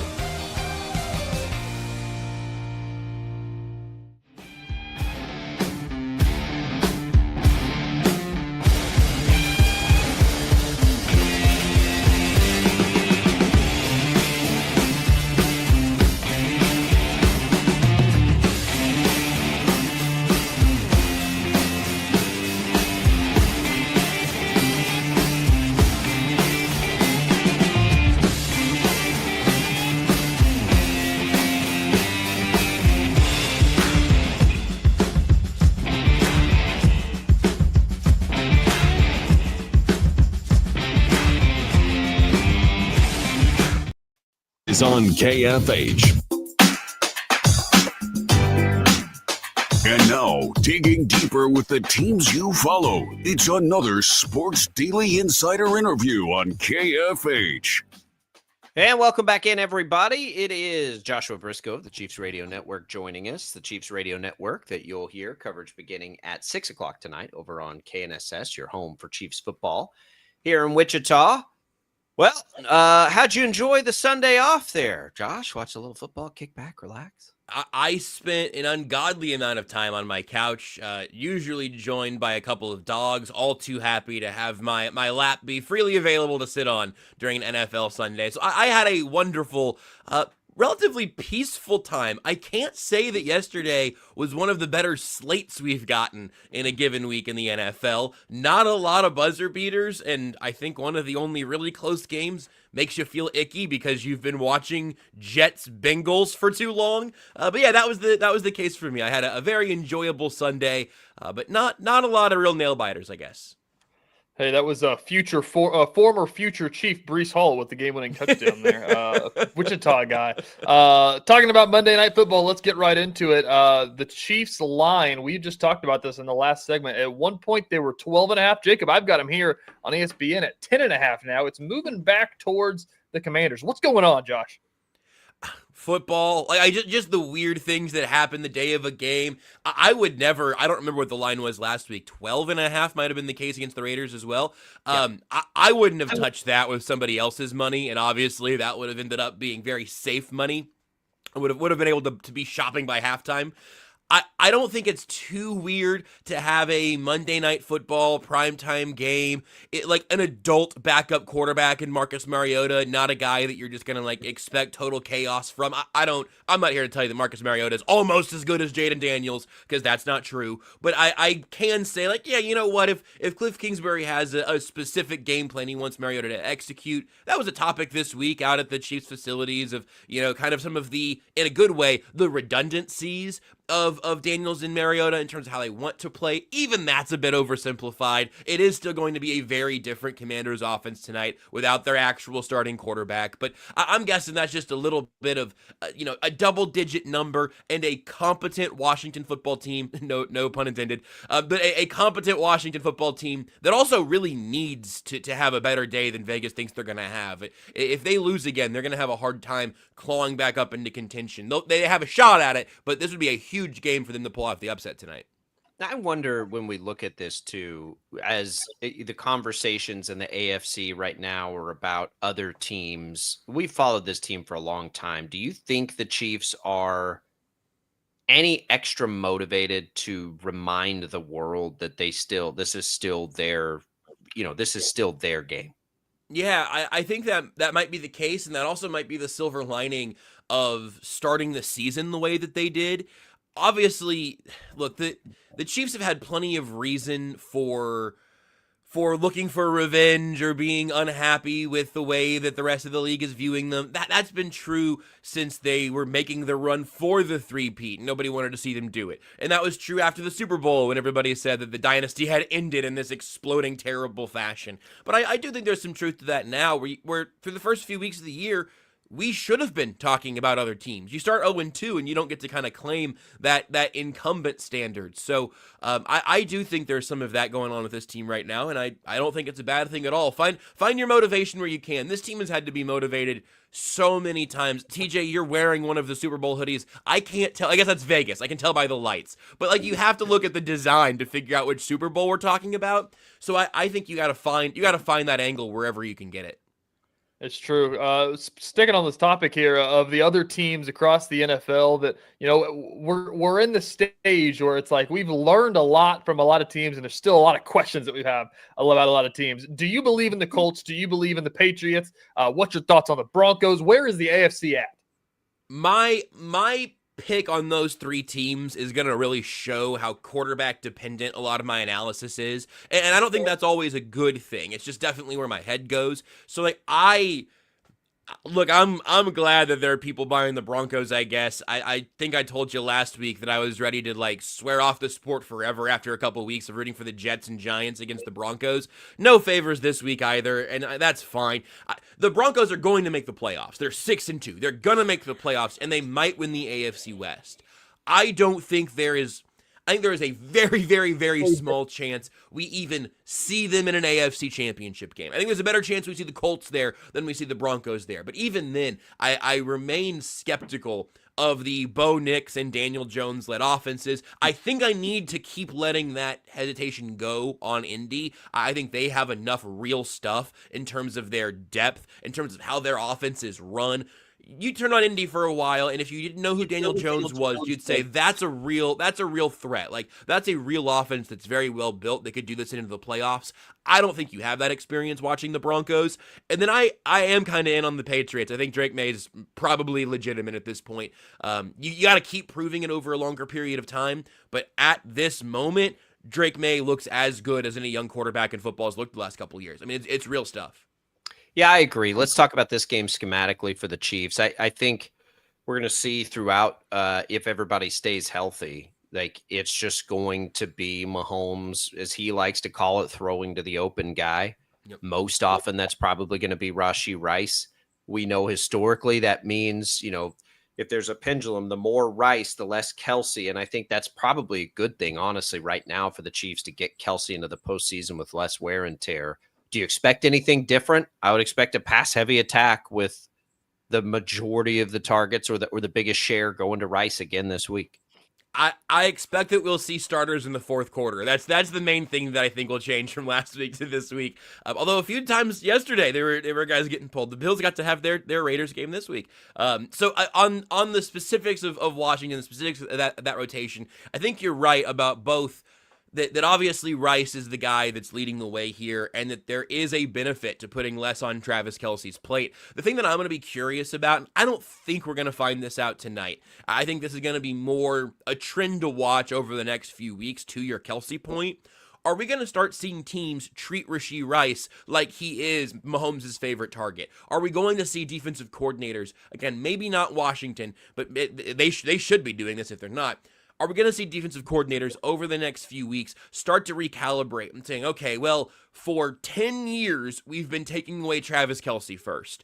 Now we need to hone in on Rashee Rice first. And if that does happen, that's going to open Kelce back up again, and that wealth will be shared amongst the rest of the pass catchers. I do still think that Rashee Rice is almost impossible to just take away because of how many of those times Patrick Mahomes is throwing him the ball behind the line of scrimmage or on a quick slant, and then he does all that damage after the catch. So I remain really, really excited about this pass catching group. Obviously, it's a huge bummer that Trey Smith got hurt last week, and I don't expect to see him tonight. I think he's technically doubtful, right? But either way, he hasn't practiced. He's doubtful in my book. I really do think that pass-catching group altogether has a chance to keep doing the thing. Here's something from last week that I don't know if we talked about on Monday. I think it was 4 or 5 total snaps that Worthy and Brown and Rice were all on the field together, and there was one play that got taken back because of a penalty. So it was 4, 5, 6, somewhere in that bucket. I'd like to see them on the field together more often because I think that's really hard for a defense to cover in any way. But I also really like the idea of, okay, well, Xavier Worthy's coming off the field, Hollywood Brown's coming on, Rashee Rice is coming off the field, Juju Smith-Schuster's coming on, where you're bringing in these hockey line changes and saying, okay, defense, you're not doing this. This is the same corner who was out here covering Xavier Worthy. Now you're covering Hollywood Brown. And I really do think that there is a collective speed that brings to the unit that's really, really exciting, and I hope we just keep seeing that thing hit full gear. Yeah, the biggest development, we've been following the wide receiver room for so long. They had to get a different development for this coming week, so now the offensive line's got more drama going on. Simmons probably won't be there this week, it sounds like. And as you said, Trey Smith is doubtful, so we're likely not going to see him tonight either. By the way, Jacob, last night on Sports Sunday, I called Caliendo Frank Caliendo and not Mike Caliendo, the impressionist. Yeah, and nobody called me on it. But anyways, he's probably going to slide in there. We'll see more Jalen Moore tonight. What difference do you think that we'll see if we see one? TJ, that is terrible, man. No, sorry, now I'm doing Frank Caliendo. I think it is really it is a luxury to appreciate here that obviously Jalen Moore, and then secondarily, but still very much so, Mike Caliendo, are legitimate NFL players. Those are guys who you probably don't want to start. And Jalen Moore could have started 17 games for this team. I don't necessarily want to put him entirely in that bucket. I'm even going to add Wanya Morris, who I know had some tough goes last year. He was dealing with a long, nagging injury, and then you put him out there for too long, and defenses were able to take advantage of that. But Jalen Moore and Mike Caliendo are pretty high-end backups at their position. Again, I think Jalen Moore deserves to be a starter. I think he probably will be a starter for this team next year.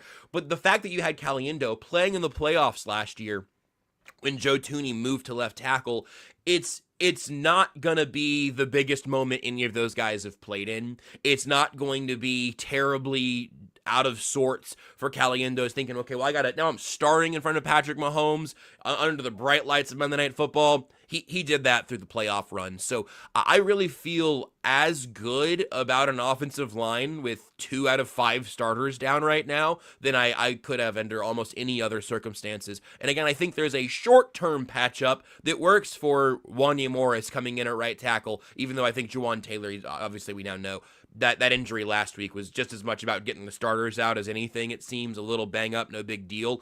But there's some real depth in this unit now. Obviously, the Chiefs attacked that pretty hard this offseason, and they're seeing the benefits of it already. So let's talk about Simmons then for just a second, Josh. I think that the tone changed last week with Andy Reid. He went out of his way to call it positive. He was less annoyed with the conversation than he had been prior. There's no other way to read that other than, okay, they've got word that everything eventually is going to be okay, right? Like, it makes me think there for a little bit, like it was radio silence or something. But now it's not. Yeah, I did wonder the same thing of like, okay, so what prompted a little bit of a shift there? And I thought that was a helpful update from Reid, as limited as it was, because it was nice to hear a tone associated with it. And that's the thing. I mean, you guys have been in it every day for these last couple of weeks now. When there is sort of just that total vacuum, people are going to fill it with whatever they think could possibly fill that space. I mean, there was so little information to work on that I don't even think there are people with more information and less information than others publicly. It was like, okay, well, here's what it seems like, and here's how my experiences kind of, transpose over this and say, okay, well, what do I think this could actually be? All that to say, I thought that Andy's quotes about it all were pretty good. Nate Taylor of ESPN and KC Sports Network, he had the report a day or two ago about how he's expected to rejoin the team in a few weeks. So still doesn't feel like there is a strong, specific timeline, but that things are moving in that right direction. And then again, that Reid was able to come out and say it's not a negative situation and that communication has been positive. I don't know if he got the thumbs up from Simmons' side, like, okay, we can say some stuff now. We've seen some things settle down, or if it was the Chiefs. I don't know who was moving the ball there. I think regardless, what we heard this week can only be viewed as a positive because it's beginning to put a few of those foundational pieces down, and then it seems like in a few weeks you start to see him come back, get reacclimated. That could take a little bit of time, but that's another advantage of having Jalen Moore on this team, that whenever Josh Simmons does come back, whenever he can come back, I don't think there's an incredible sense of urgency in the short term. I think it's more important that he sorts out whatever's going on now, and then hopefully he's back and ready to be himself for the back half of the season in a playoff push. Josh, we got another double week. We won't talk to you until after Bills Chiefs as they go to Orchard Park on Sunday. I know it's going to be a bit short week going to Orchard Park, what every NFL team wants. I don't know if you've seen this yet, so don't cheat if you haven't. What do you think the spread on that game is? We got an early line. Ooh, I haven't seen it since the Bills won yesterday. I think I had heard last week that the Chiefs were favored in Orchard Park. I think I'm going to go ahead and give the Bills a point right now, not having seen what it's been since the game yesterday. Bills by 1.5. Let's do that. Chiefs by 1.5. Okay, is the interesting. line that we've got. What do you think? What do you think of that game? Let's break it down. I mean, it's fascinating, right? I think we've seen the Bills off. We almost have to throw out the last 2 Bills and Chiefs games that we've watched because they're going to go up against real football teams, I suppose. The Bills are fascinating because James Cook has been such an enormous part of their offense, and their running game has been so huge. Josh Allen's unbelievable. He's my second favorite quarterback in football. He has been for a while now. I think he's an absolutely delightful player to watch. But they have real receiving problems. They have some issues in their passing game that I would give the advantage to the Chiefs secondary on. But they've been able to lean on James Cook, who had, 700 yards yesterday or whatever he ended up with before they stopped trying. So the upside of this is that the Chiefs have gone up against pretty top line running backs every single week this season. I think Cam Scatterbo or maybe the Chargers in week 1 are kind of the ones you could look at as not having elite 1-1 guys. And then obviously yesterday being a sad conclusion, you saw what Scatterbo went on to do. And you know that Amarian Hampton was going to have a larger role in LA. So all of that to say, the Chiefs have gone up against a lot of very good number 1 running backs, and they have contained all of them. Quarterback scrambling had been a problem. Justice Hill at the end of the Ravens game, he really inflated those stats. But by and large, I've been very happy with how they've contained number 1 runners. If they can do that against James Cook, I think the Chiefs offense is good enough to go ahead and put the stressors on this Bills defense that's had good games, but I don't think has ever certainly solved what the Chiefs want to do, and certainly not with all these weapons. So I have done my best to not make tonight a trap game, even for me. But now that you're mentioning it, I am pretty excited to talk about Chiefs Bills. I think the Chiefs are I think it's advantage Chiefs. I'm with you. It will eventually they're going to play an elite passing game. Yep. And that'll be when I think the defense is tested. The Commanders are going to try and run it tonight. I mean, they got Marcus Mariota at quarterback, and the Chiefs are stopping the run. You can find Joshua's work, of course, tonight on the Chiefs Radio Network, pre- and post-game host. You can also find him on everything else, Only Weird Games on the KC Sports Network. We appreciate it, Josh. Enjoy the game. We'll be listening tonight on the Chiefs Radio Network, and yeah, next week we can. The good news is we don't have to talk about the Commanders game. The next time we talk, we'll talk about the Bills game. We can, this is it for the Commanders game. Because you said that, I'm going to come back next week and going to go, well, okay, so the Chiefs had a shocking loss to the Commanders and then blew out the Bills. Josh, what happened? Yeah. Hopefully we have nothing but good vibes this time next week. 2-0. I think we'll be okay as far as the Commanders go. We'll have plenty of time. Josh, thanks, man. Appreciate it. Thank you, fellas.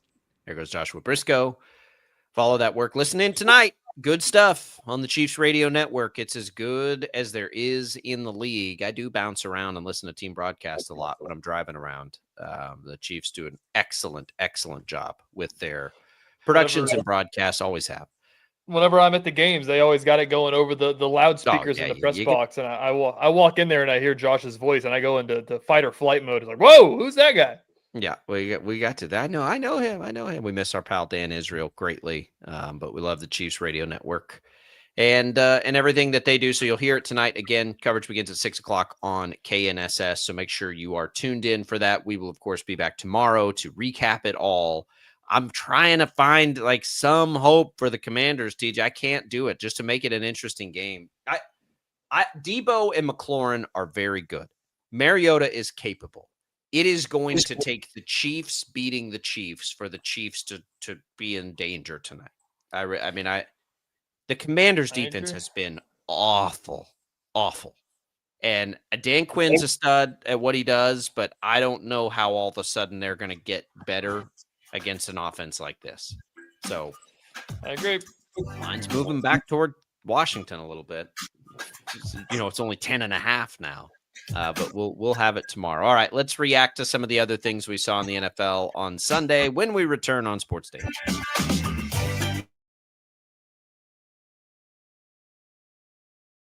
Lightning, hail, tornadoes, flooding. It's the worst of severe weather, and it's coming. Spring brings warmer temperatures, but also dangerous weather conditions. Stay up to date day or night with the Storm Team 12 weather app. You'll get accurate forecasts so you can plan ahead and stay safe, no matter the weather. Download the Storm Team 12 weather app, brought to you by Stutzman's Greenhouse. The future of television has arrived. Next Gen TV is here with stunning video, movie theater quality sound, enhanced voice clarity, and interactive features, all upgradable for the future. Learn more at watchnextgentv.com.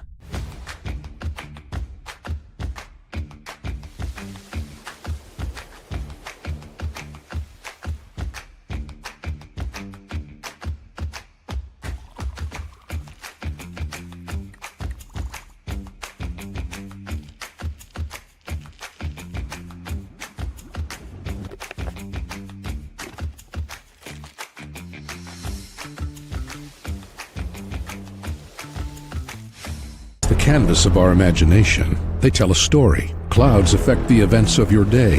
Sometimes they growl, sometimes they inspire, but they're always the messengers of nature's mood, written in the sky. Storm Team 12 understands the language of clouds. We're dedicated to decoding their message so you know what to expect. Behind every cloud, there is a story waiting to be told. Trust Ross Jansen and Storm Team 12, alerting you first to the impact on your life. We are following a breaking update. Every day, all day, stream the stories that have you talking near and far. Whoever is behind the wheel of this bus is not stopping. From hundreds of local reporters and meteorologists spanning the country. Chaos here this morning at the UW campus. Search LNL for the all-new Local News Live streaming app. Odyssey is one of the most influential audio and entertainment brands in the nation. You already know Odyssey's iconic local radio brands in Wichita. But did you know Odyssey has the country's best collection of music, news, and sports brands? Odyssey is also a premium podcast creator, major event producer, and digital innovator. Odyssey brings people together across the country and right here in Wichita. Odyssey also delivers meaningful radio and digital audio results. Find out our story and impact at odysseyinc.com/Wichita. Make yourself known now. 310-01 in traffic pursuit. Oh my God, here. Investigate TV Plus begins with real people. We investigate stories that impact you. And inspire change every day. Something is broken. Real problems. Why are they hiding it? And real solutions. My daughter was dying in front of me. What was your reaction when he said that? Investigate TV Plus, weekdays at 3:30 p.m. on KWCH. Sometimes people tell us, I don't get it, it's just tea. But let me tell you, we are so much more than just tea. With 20 plus flavors of sweet and unsweet iced tea, the possibilities are endless. Come on in and try them all for free to find your favorite or get us on the go for your busy lifestyle. And don't miss happy hour every day. So the next time someone tells you it's just tea, tell them to come by and find out why we say, drink tea, be happy. Jim Rome here, lighting up your afternoons on The Jim Rome Show. Catch me starting at 2 on Wichita's #1 sports radio, Kansas fan headquarters, 97.5 and 1240 KFH.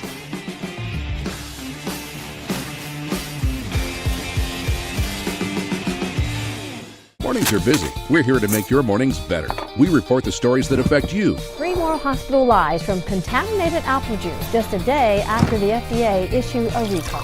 We're here to make your mornings better. Closing east and westbound lanes of K96 for repairs. With 12 News, you're prepared for your whole day. Scattered thunderstorms across the state into the afternoon. Stay a step ahead with 12 News this morning on KWCH and KSCW.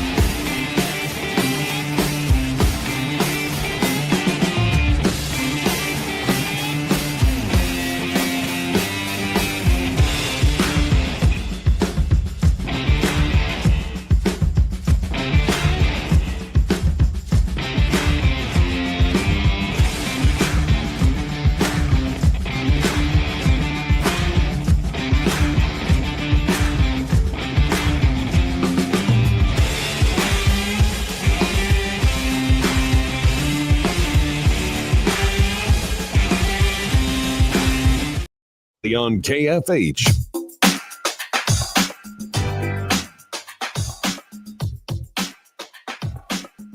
All right, welcome back in, everybody. It is Sports Daily. If you want to win some HTO, you can do that right now by texting the keyword T to the short code 20357. More than 25 flavors to choose from. Message and data rates apply. You can enter once per day. These are good for East Wichita, West Wichita, or Derby. Free cup of tea on us here at Sports Daily. T to the short code 20357. All right, TJ. Jacob, hold on. I gotta butt in here. There's a story that is going viral on Twitter right now that I saw on Saturday, and it's getting some real traction now. Okay. The people that are active on social media know what I'm talking about. The account KU Grant is just a KU fan that fires off takes about KU. Tweeted after week 1 of the season, the North Dakota game for K-State. He's a KU guy. He tweeted, "I will donate $1,000 to the K-State NIL fund for every point they beat us by in the Sunflower Showdown." Oh, man. After the game, he said, "Does Wildcat NIL accept payment plans?" Now it's turned into he is making a monthly $25 donation to K-State and opened a GoFundMe for people to send him money to pay off this $25,000. And like KU fans are giving him money to give back to KU at this point. It's awesome. I appreciate the effort. I appreciate the commitment. You gotta go for it at that point. That's good stuff. That's why having the younger presence on the show here is good. TJ is more locked into these side stories. I don't even know how you guys keep up with this stuff. I really don't. The algorithms. Your algorithm's full of whatever dog videos and rolled wrestling. No, that's on Facebook. That's not on Twitter. That's on Facebook. Yeah, I get fed like comedians, pet videos, babies laughing, and old wrestling videos. That's kind of my algorithm there. But on Twitter, there isn't really an algorithm. Like, I follow all the beats. I follow all this stuff. Maybe it's because I don't follow the fan pages, and maybe you do. I'm not sure. I don't, but they pop up. I'm well aware of them. Emaw Caleb, KU Grant, Big J. And the thing is, I have it open at work most of the time. Like, that is the news or the social media things. That's the one to me that I'm looking at the most by far. Like, I check in occasionally for work reasons because I have to do things for work on like Facebook, for instance. And that's when I'll see that. I'm not on Instagram, so I don't see that, or Snapchat or anything else really. But Twitter's constantly open, right? Like, I have it open during the show. I have it open when I'm at work to catch breaking news stuff. And I miss a lot of this stuff. So I'm not sure. I'm not sure what's going on, but that's what we're here for. That kind of content. Good luck to KU Grant in his payment plan there. To get you got to put your money where your mouth is. And I don't mind running your mouth. He is. Run mine all the time. Back-to-back years where there's been a KU fan that's paying up on his and the K-State fan paying up on his with the BYU game, remember last year, with the Taco Bell. Yep. No further comment. Yep. That's right. That is correct. Let's look at the NFL here from the weekend. We talked kind of about those top teams in the AFC a little bit. It was a week like this. There were too many buys this week. Like we didn't get what we should get. Like, they need to spread those out. There just weren't a lot of really entertaining games to be quite, and it was okay because I was able to watch less NFL yesterday than normal. Cam Scatterboos, how much? I mean, that sucks so hard. That sucks. I know. He was the darling of the NFL. And the way he got hurt wasn't even the way people feared he might get hurt, right? Like, you feared he might get hurt by running into brick walls and doing that. It's just like a freak fluky deal. Just absolutely disgusting injury. I was in the parking lot of the soccer field when I started to get texts about that. My kids are in the back seat and they're like, we want to see. And I'm like, no, like, you don't want to see. Like, you don't want to know that bodies are capable of that. It's real gross. And you feel terrible for him. Big 12 guy. Was so much fun to watch in college. It has translated to the NFL, and he's been so much fun to watch, and that just sucks. Just sucks. Sucks.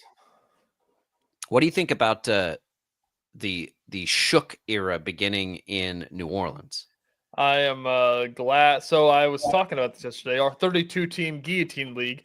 I was very upset because Saquon and Derrick Henry both balled out, and they would have been on my team this week. But I went home last week, but my starting quarterback was Spencer Rattler. So it probably didn't make a difference. So Well, I'm glad that it was finally my second quarterback. And I finally got one. I've been trying forever. I've been rolling with Stroud and no backup plan and everything else. And now that plan's out the window. No more. I didn't think Rattler was playing that bad this year. Let me make a proclamation right here, right now. We've seen, however many snaps of Tyler Shuck. Spencer, he will not be better than Spencer Rattler. And I don't think either of them will be particularly good. And I get it. You got to get a look at this guy before you're one of the early picks next year in the draft. But I don't think Spencer Rattler should have lost his job. Spencer Rattler's played okay. I agree. Alvin Kamara, former Hutch Blue Dragon, is slowed down considerably, but we'll see. Buccaneers look good again. The Buccaneers, they haven't even been just kind of barely sneaking by, and they get it done. The Cowboys get smashed by Denver as we're looking at some of the top teams in the NFC. I'll tell you, what the Packers did to me was impressive. Watching that game up until the fourth quarter, really, I was like, man, like all these teams we're talking about in the AFC, and Pittsburgh is not bad. Like they don't suck. They're decent.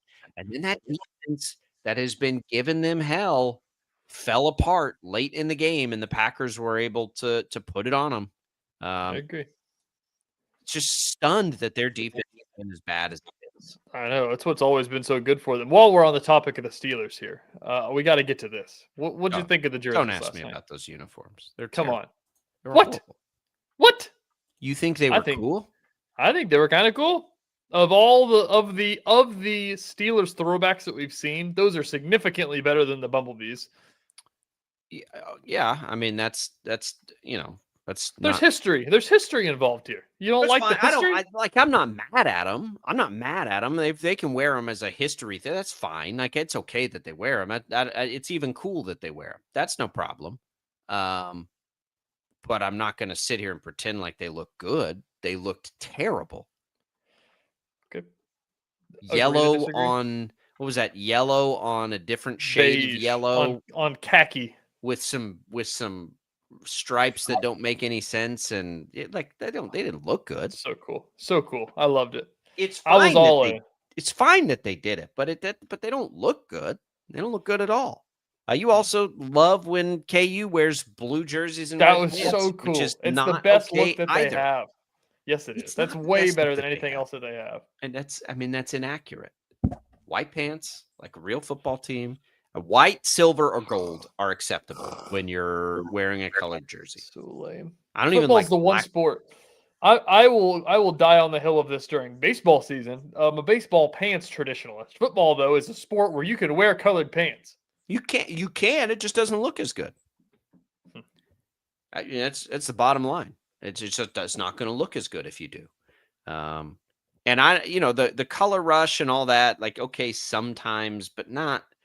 I don't know. I get it. I'm a traditionalist with uniform. Austin, I didn't see this. Did you see this? Former Shocker Austin Reeves with 51 last night for the Lakers. Nice job, Austin Reeves. I did not see that. We're getting close, by the way, to Shocker. Did you see there's a stat about that, by the way, that Austin Reeves now has the same amount of 45-point plus games as Kareem Abdul-Jabbar and Wilt Chamberlain for the Lakers. That's funny. That's unbelievable. That Austin Reeves. He was good. That was one of the weirder times in Shocker basketball. That was right before sort of the mass exoduses. That was like the transition period. They were that team with Shamet and him and Connor, like they could score, man. But you could tell it was like out of the comfort zone because that's never the way Greg Marshall coached his teams. But he let them, rightfully so. I think that was one of the more impressive coaching jobs he ever did, was to just allow that team to do that thing. And of course they get bounced early, but man, that team could score like crazy. They could score. And he leaves, and what might've been right. Like Wichita State, hopefully they can, as things transition, can just keep their guys in the modern era. Like that's going to become the big challenge for programs like Wichita State. Can they just keep their great players when they find them? because Yeah, they've it's found starting to- lots of them. Yeah, it's starting to turn. By the way, we got a Shocker Media Day on Thursday this week, so we'll do that. The season started next Tuesday, believe it or not. I mean, we've talked to Paul Mills about that, and I asked him, building this team, how much has changed the way that he views the transfer portal from whenever he was at Oral Roberts compared to now. Everything has changed, and he's like, it's changed from when I got to Wichita State to now. Like like there's no reason to recruit a freshman or a sophomore. Like and like it was always kind of like the taboo thing that Kentucky would do this and they'd go get a whole bunch of fifth-year guys, and everybody's like, well, I mean, we want to get guys that could stay in the program. And I think that mid-majors have gotten burned so many times that like you go into it and just think like, we got to make it happen this year. Like there's no reason to get guys to develop. We got to make it happen this year. Well, you do, and I think there will be a settling of things. Guys like TJ Williams, who could take a big step forward, will still have a place. But but probably the path now for young players will be to work their way through a different school, like unless you're elite. Now, whether that's the long-term thing that happens, I have no idea. Whether The cool part about it for Wichita State is that because of this, that all the Power Fives are now going towards this model of getting basically one and done rosters over and over and over again, is that Wichita State is going to have the chance to land, better freshmen, better high school recruits that aren't going to get the looks that they had. So that's the carry over too. And you have to be able to retain those players. Yeah. Like there will probably be at the end of the day, whenever we do get some more steady rules, like that's where a program like Wichita State can thrive. And we've seen teams do it. FAU had their great run. They kept all their players, right? And their coach, but they kept all their players after that. Was it Final Four that they made? Yep. It happens. And that's where those resources are going to be better spent. There aren't going to be often times where Wichita State and KU are going after the same kid in the portal, right? KU is going to win that even if the money's the same most of the time. But where Wichita State can win is catching them and keeping them. That's where that's where it's been a struggle, I think, for a lot of fans, is watching really good players leave, go other places, and be really good. That's what can't happen. But it's baby steps to get there. I'm excited about college basketball, though. We've been talking about this since, March, whatever it happened, is this, the House settlement of what it can do. And that's going to be something that's going to help Wichita State. Like, it's going to take a while to get there, but like the legislation is in place to help schools like Wichita State. And I think that it will help eventually. The lawmakers can't even open the government right now, but it's going to take laws. This is the only path. This just puts guardrails at the simplest terms. There's just guardrails now, and for a program that doesn't have football like Wichita State, they're going to be able to have the resources to keep players that teams like FAU aren't going to have. That's correct. But it takes success. If you have success this year, it can kickstart it. It's a powder keg. We saw that. I keep saying it, but the TBT tournament this summer, it is a powder keg waiting to explode. All right, we'll come back. We got a little more Sports Daily. Don't go away.